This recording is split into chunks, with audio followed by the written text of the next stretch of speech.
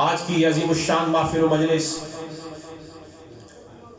جو حضور سیدنا عبد القادر جیلانی رضی اللہ تعالی عنہ کی بڑی 11ویں شریف کی مناسبت کے ساتھ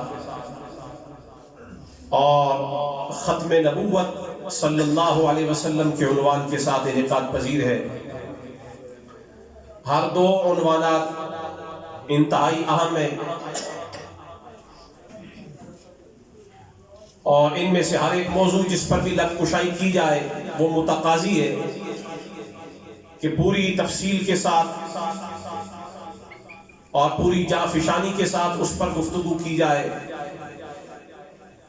لیکن اس میں اتفاق ہے کہ ختم نبوت کا بھی 11ویں شریف کے ساتھ بڑا گہرا تعلق ہے،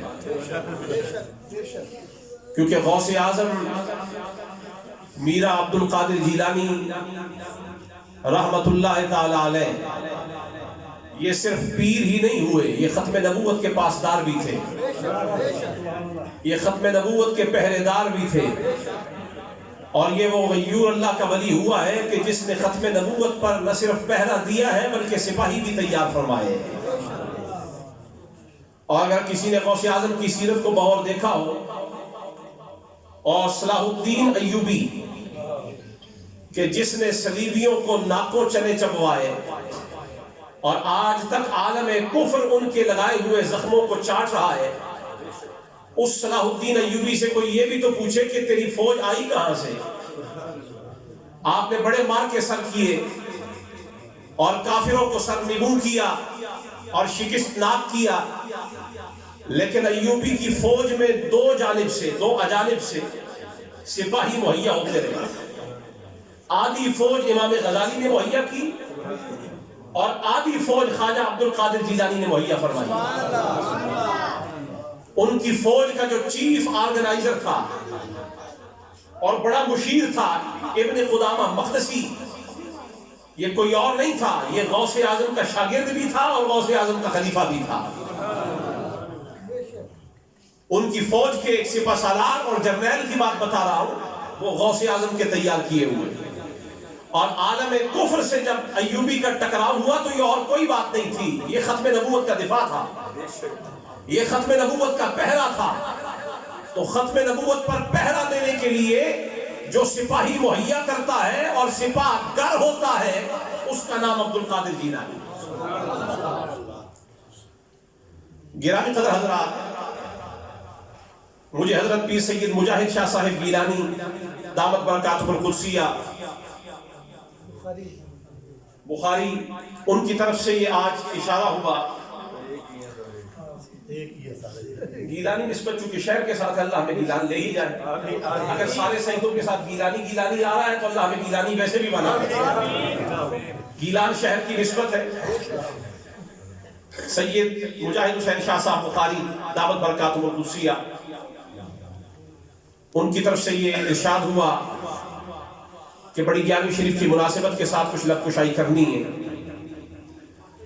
گرامی قدر حضرات، اللہ کے ولیوں کی سنگت اور اللہ کے ولیوں کی معیت کا مقام و مرتبہ کیا ہے یہ قرآن سے بہتر کوئی نہیں بتا سکتا، اور قرآن کریم کی ایک آیت کا ایک ٹکڑا میں نے آپ حضرات کے سامنے جو تلاوت کیا، اس میں اللہ تعالیٰ وہ مشہور واقعہ جو حضرت عیسیٰ علیہ السلام کے زمانے کے بعد ہوا اور حضور کی آمد سے قبل، کہ کچھ ولی تھے جنہوں نے توحید کا جھنڈا بلند کیا، عالم توحید کو اٹھائے ہوئے، اپنی توحید کے سرمائے کو بچاتے ہوئے بادشاہوں کے ظلم و استبداد، جور و جفا، اس سے اپنے دامن کو بچا کر انہوں نے خلوت اختیار کرنے کا جب فیصلہ کیا، ان ولیوں کو دنیا اصحاب کہف کے نام سے جانتی ہے۔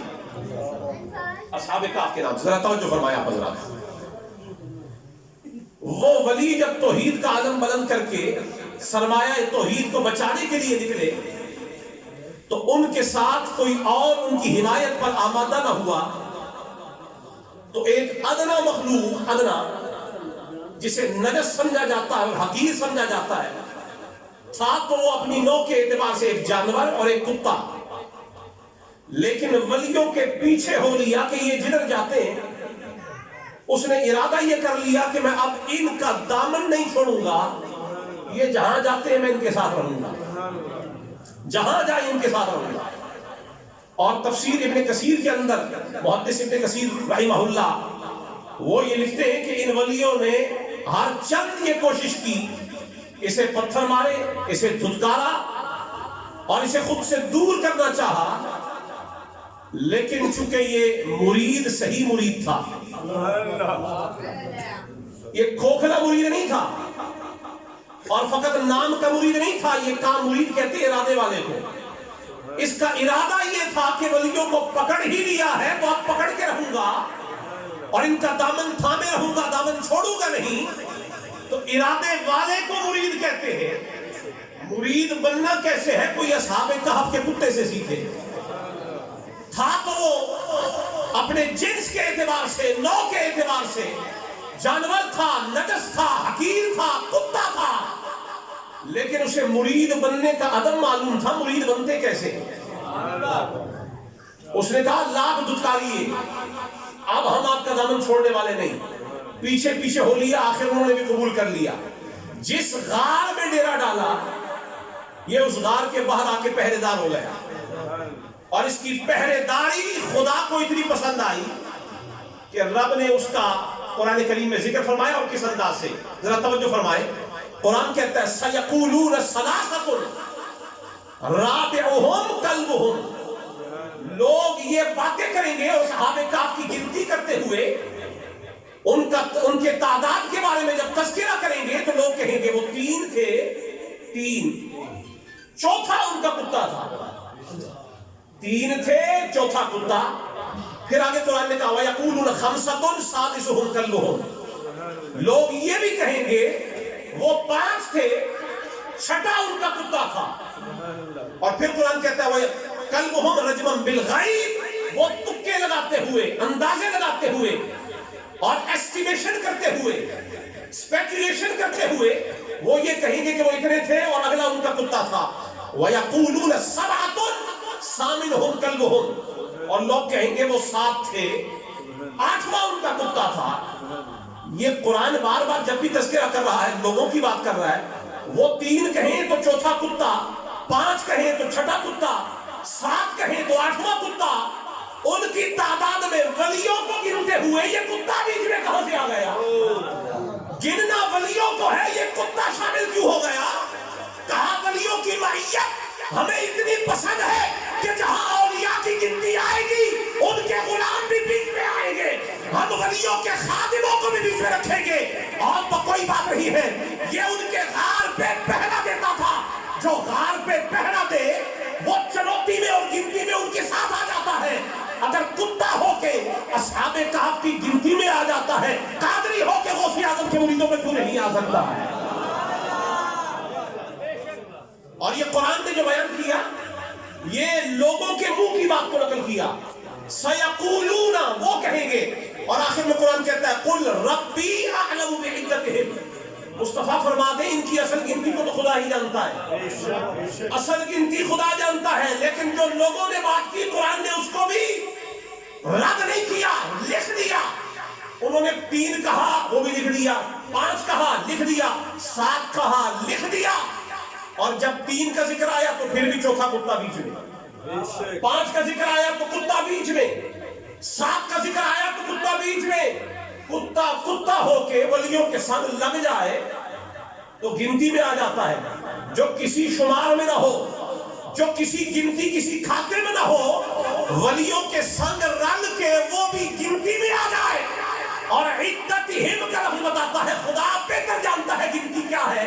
معلوم یہ ہوا کہ رب کی گنتی میں اگر نجس بھی ہو ولیوں کے سنگ رل جائے وہ بھی گنتی میں آ جاتا ہے، اور اگر آدمی ولیوں کا دامن تھام لے، انسان ولیوں کا دامن تھام لے، اس کا مقام و مرتبہ کیا ہوگا؟ صرف گنتی نہیں۔ گرامی قدر حضرات، میں انتہائی اہم بات بتانا چاہتا ہوں، صرف گنتی ہی نہیں، اللہ نے یہ بھی بتا دیا وَقَلْبُهُمْ بَاسِطٌ ذِرَاعَيْهِ بِالْوَسِيلِ، اللہ نے فرما دیا کہ اس کا حال بھی بتاتے ہیں، وہ کس حال میں تھا جب گنتی میں شامل ہوا۔ غار کے باہر وہ اپنے بازو پھیلائے ہوئے، اپنی کلائیاں پھیلائے ہوئے، باہیں پھیلائے ہوئے غار کے باہر